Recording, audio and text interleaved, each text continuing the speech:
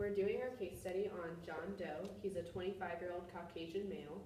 In his nursing plan of care, we're initiating the nurse-client relationship, the introductory phase, and building rapport in the working phase in goal introduction. He does not have a past history of violence, and in his chart, his background information is as follows. John Doe is a 25-year-old man who was evaluated by the Student Health Services psychiatric nurse practitioner for complaints of worrying all the time about everybody and everything. John Doe works 20 hours a week as a waiter to pay for his education and living expenses. He states, "I have been having difficulty concentrating on my studies, and my grades have dropped from a B to a C student." He constantly worries about being successful in school, grades, and meeting his financial responsibilities. He verbalized he has always had an underlying issue of anxiety, but over the past 4 months they have increased in both frequency and intensity. He is preoccupied by his worries every day of the week, and he's worried that he has developed a mental illness. This is going to be the relationship between the nursing student and John Doe.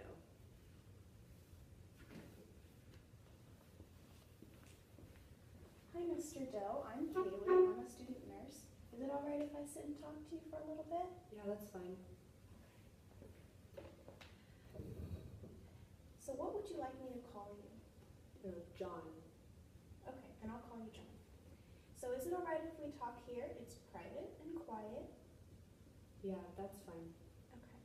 So before we start, I do want you to know that everything I tell you, or everything you tell me, will be confidential unless you state that you won't hurt yourself or others, okay? Okay, so you can't tell any of the other patients what we're talking about? No, this is private. Okay. So how are you feeling today? I'm pretty tired. I didn't sleep well last night. Okay, can you tell me what that's about?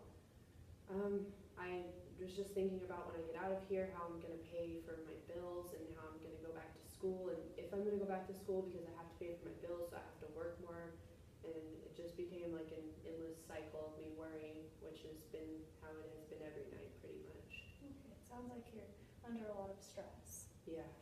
Okay. Do you hear any voices? No. Okay, no voices are telling you to do anything? No. Have you ever thought of hurting yourself or others? No. Okay. No, of course not. So do you want to tell me a little bit more about why you're here?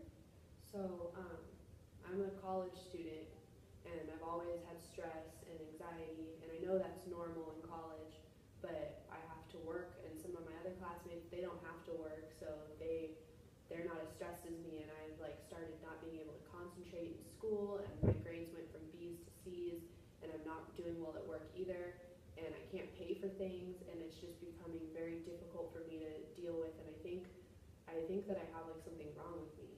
And so that's why I came here. I wanted to talk to a doctor and find out if there's something I can do to take care of it.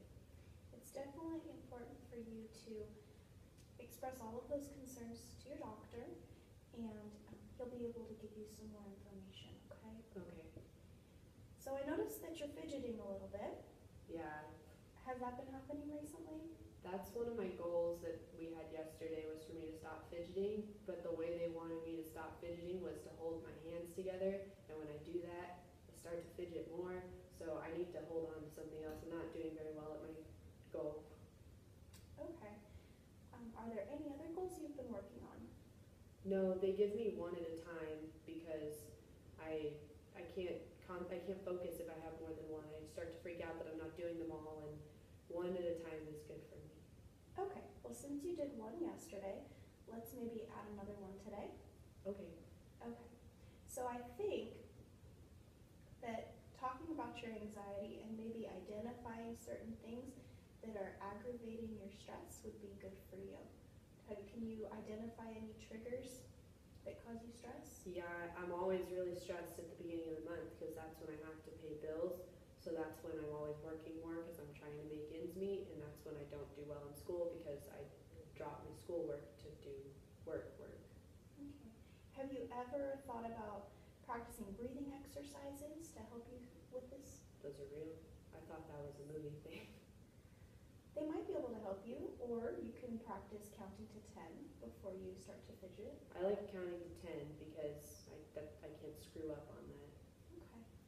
And then have you ever considered using a planner or a wall calendar?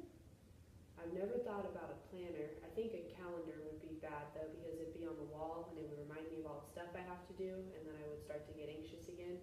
But I think a planner would be good because then I could tuck it away but pull it out when I need to remember something. I don't know where to get those though. I always see people at school with them, and I don't know where I get those.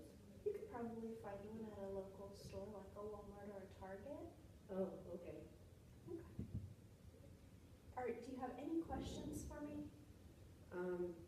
Do you know like when I'll see my doctor and talk about stuff like medicine and all that? The doctor should be coming in tomorrow, Oh, okay, and they'll have a meeting with you. okay. So thank you so much for speaking with me, John. I think it's lunchtime now. Oh, okay, I don't want to miss that. I was late yesterday. I screw up on everything, so I'm gonna go. It was nice to meet you, Nurse Kaylee. All right, thank you, John. Okay, so it's clear that John Doe wants help and is willing to listen. He exhibited some visual signs of anxiety, such as the grabbing of the hands and a little bit of rocking. A potential NANDA would be anxiety as evidenced by self-verbalization, trembling, and an unusual sleeping pattern related to stresses of his daily life.